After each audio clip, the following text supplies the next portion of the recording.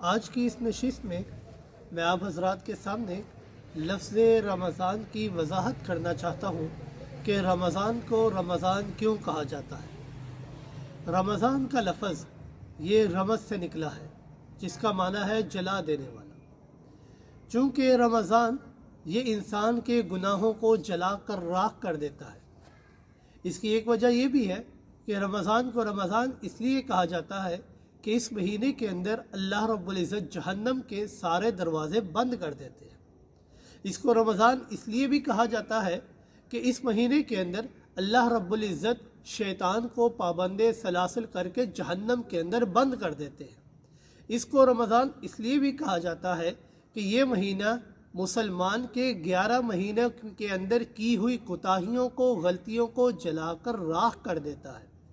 اور جو انسان سچے دل سے اللہ رب العزت سے معافی مانگتا ہے تو اللہ رب العزت کا اعلان ہے اولئک یبدل اللہ سیئاتہم حسنات، میں اللہ اس کے گناہوں کو تو ختم کروں گا لیکن ساتھ ہی ساتھ میں اس کے گناہوں کو نیکیوں میں بھی تبدیل کر دوں گا۔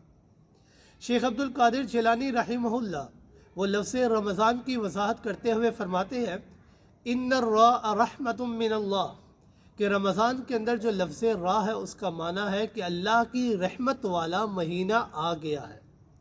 والمیم محابات باللہ، اور لفظ میم سے مراد کہ اللہ سے محبت رکھو اور کسی سے نہیں۔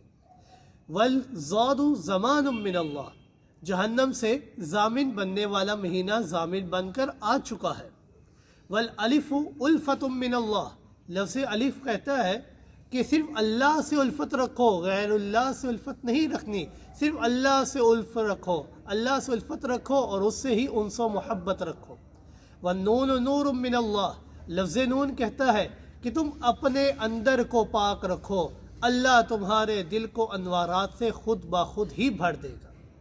اور ایک بات یاد رکھیے گا کہ اکثریت ہمارے عوام کی وہ اس بات کو نہیں جانتی اور یہ کہا کرتی ہے کہ رمضان المبارک کا مہینہ آ گیا۔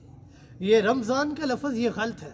اللہ رب العزت نے قرآن مجید کے اندر فرمایا شہر رمضان الذی، کہ رمضان یہ اصل لفظ ہے، لہٰذا رمضان المبارک کا مہینہ کہنا چاہیے، رمضان المبارک نہیں کہنا چاہیے۔